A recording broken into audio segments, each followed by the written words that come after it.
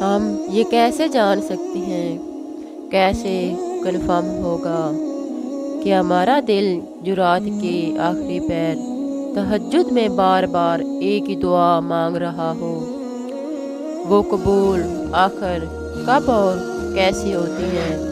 ہمارے مائنڈ میں ڈیفرنٹ خیالات آتے ہیں کہ اللہ ہماری دعا کو قبول کرے گا یا نہیں۔ ہم بے یقینی کی کیفیت میں رہتے ہیں اور جلد ہی مایوس ہو جاتے ہیں۔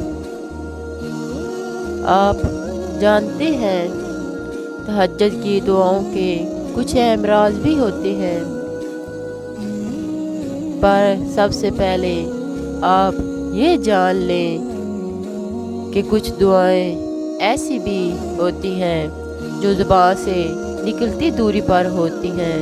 کچھ دعاؤں کو اللہ فوری قبول کر لیتا ہے اور کچھ دعاؤں کی قبولیت کا ایک وقت مقرر کر دیا جاتا ہے۔ بعض دفعہ اللہ کو کسی کا مانگنا اتنا پسند آ جاتا ہے کہ قبولیت کا وقت بڑھا کر اس کی تڑپ دیکھنا چاہتا ہے، اور انسان اسی امتحان میں ناکام ہو کر مایوس ہونے لگتے ہیں۔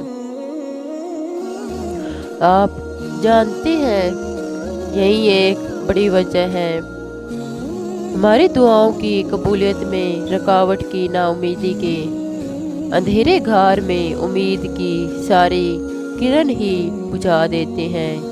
یہ بالکل ایسا ہی ہے کہ جیسے ہم زندگی کے کسی بھی امتحان میں جتنے اچھے سے پاس ہوتے ہیں، ہمیں اس کا مقام ہی اتنا بڑا ملتا ہے۔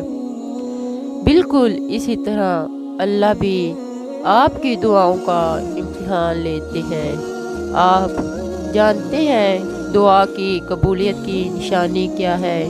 ایک تہجد ایسی عبادت ہے جو ہر انسان نہیں کرتا، لیکن تہجد پڑھنے کی توفیق اسی کو ملتی ہے جسے اللہ چنتا ہے۔ اگر اللہ تمہیں تہجد تک لا رہا ہے تو یہ ایک خاص نشانی ہے کہ اللہ تمہاری چاہ کو تم سے ملوانے کی تیاری کر رہا ہے۔ جانتے ہو تمہاری تہجد کی دعا قبولیت میں دیر کیوں کر رہی ہے؟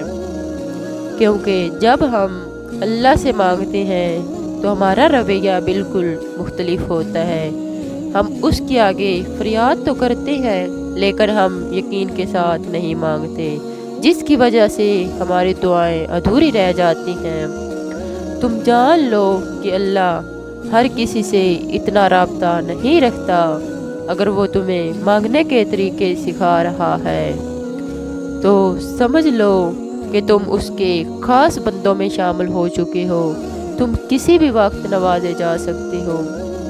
سنو، اگر تمہارا دل تہجد سے جڑ گیا ہے تو یہ قبولیت کا اشارہ ہے کہ تمہاری دعائیں قبولیت کی کچھ دوری پر ہیں، کیونکہ یہ اللہ کی سب سے پسندیدہ عبادت ہے۔ اگر تم اس کی پسند پر چل رہے ہو تو معجزوں کے اشارے تمہیں ملنا شروع ہو جائیں گے۔ وہ رب عنقریب تمہیں تمہاری مانگی ہوئی چاہ سے ایسے نوازے گا کہ تم خود ہی حیران رہ جاؤ گے۔ سورہ آل عمران میں اللہ تعالیٰ خود فرماتے ہیں کہ دعا پہاڑوں کو بھی ان کی جگہ سے سرکا سکتی ہے۔